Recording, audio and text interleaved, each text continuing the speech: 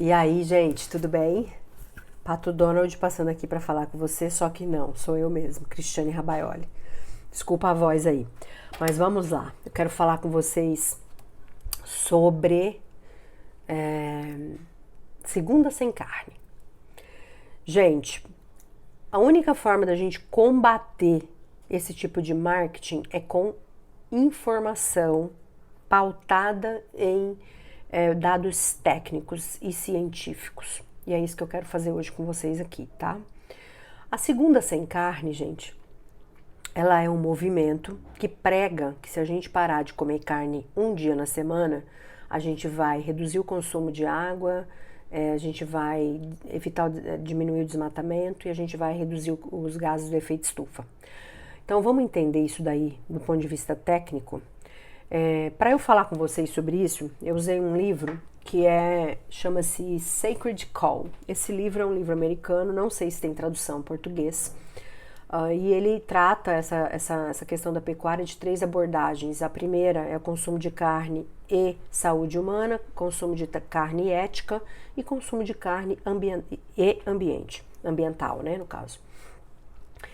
E aí eu quero falar com vocês sobre essa questão dessa segunda sem carne. Primeira coisa, vamos falar da água, tá? Primeira coisa, vamos lá. A gente usa água para produzir 1 quilo de carne? Usa, com certeza. Porém, 94% dessa água que a gente utiliza é água da chuva, que é uma água chamada água verde, tá, gente? Então, assim, é diferente da gente imaginar que a gente está arrancando água do ser humano para produzir carne. Não. É um ciclo. É o ciclo natural, né? É o ciclo da água, pastagem, comida. Essa comida passa pelo animal, que vai ser excretado, que vai voltar, essa excreta vai servir para fertilizar o solo, que vai evaporar novamente, vai chover de novo, ou seja, é a mesma água que a gente está utilizando, tá? Então a gente não está usando a água da população, então não é gasta a água, é usa a água. E usa muito bem usado.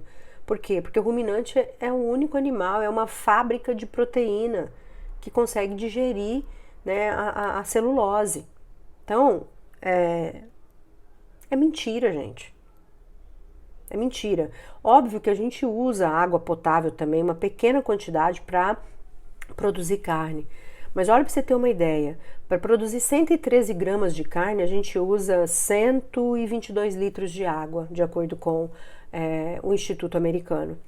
E para produzir as mesmas 113 gramas de amêndoa, a gente usa 1.097 litros de água. Só que tem um detalhe: boa parte dessa água que a gente usa para produzir amêndoa é água potável. Então, quando a gente está ali tomando nosso cafezinho com leite de amêndoa ou nosso leite de amêndoa, porque a gente não quer tomar leite de vaca, a gente não pode esquecer que aquela amêndoa lá consumiu muito mais água do que eu ficar segunda-feira sem comer carne. Então, assim, gente, se você não quer comer carne por questão ética, ok, eu respeito sua opinião. Mas falar que você não consome carne porque a carne consome água demais, então para de tomar seu cafezinho com um leite de amêndoa, ok? Vamos lá, vamos para o segundo ponto, efeito estufa. Pra você ter uma ideia, se os Estados Unidos virasse vegano, haveria uma redução, 100%, tá? Haveria uma redução de 2,6% das emissões de gases de efeito estufa. Só para você ter uma ideia, você já deve saber desse número, as vacas emitem 2%. O petróleo, 28%. Eletricidade, 28%. Fora a parte industrial de produção de cimento e tudo mais. Então, você não acha que é muito controverso falar que vai parar de comer carne na segunda-feira e continuar andando de carro? Eu acho. Então, assim, parando para pensar. E a questão do metano, gente, também é um ciclo, né? É um ciclo natural. Fotossíntese, pastagem, gás, fotossíntese. Não é carbono novo, é fruto da reciclagem ali, né? O que é diferente dos combustíveis fósseis, que só retira e não recicla. O metano entérico do rumen do bovino, ele é fruto da transformação da energia do sol, que é capturada pelas gramíneas na fotossíntese e é transformado então em proteínas que são essenciais para a nossa nutrição. Então é um ciclo. A gente sabe que já existem aqui no Brasil estudos, né, que mostram que nós, como produtores de pastagem, a gente tem aí uma responsabilidade muito grande, né? Que é óbvio que pastagem degradada emite mais, e nós estamos fazendo um trabalho sensacional com recuperação de pastagem degradada, com integração lavoura e pecuária. A Embrapa tem trabalhos já bem sérios, né, em relação a isso, e que mostra que em certos casos há um balanço de carbono, que verifica-se até mais captura do que emissão, principalmente integração lavoura, pecuária e floresta, né?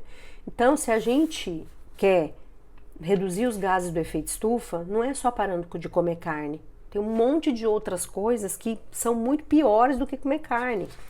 Tem um fato que eu acho importantíssimo citar para vocês, que é a questão do desperdício. O desperdício, gente, pra você ter uma ideia, nos Estados Unidos, 40% de toda a comida dos Estados Unidos é desperdiçada. Ou seja, ela vai para o lixo, que vai para o aterro sanitário e que vai então se transformar em metano e CO2.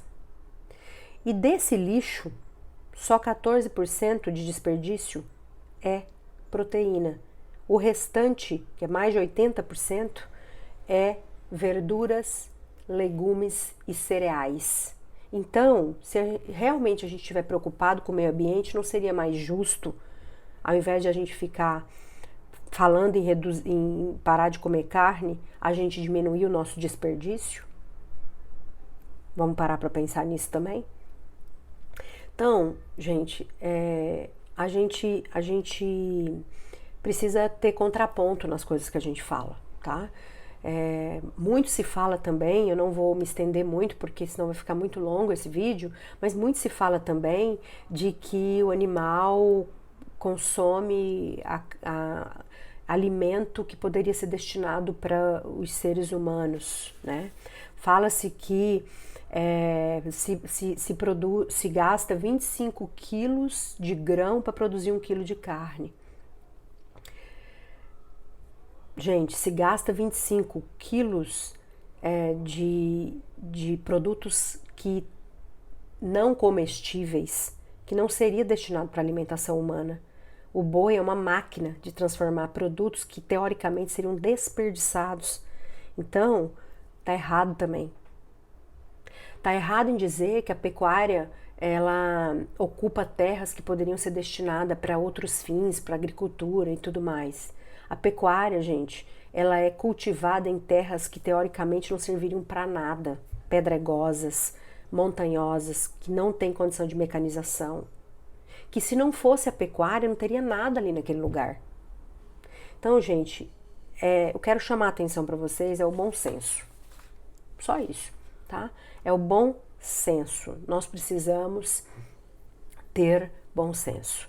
Quando a gente ouve umas coisas como essa, a gente precisa questionar se isso que a gente está ouvindo é verdade ou se isso que a gente está ouvindo é puramente informações desencontradas, fruto de um movimento que quer denegrir a imagem de um setor extremamente produtivo e que a cada dia que passa tem se tornado mais e mais produtivo e não ampliando áreas e simplesmente aumentando produtividade, tá?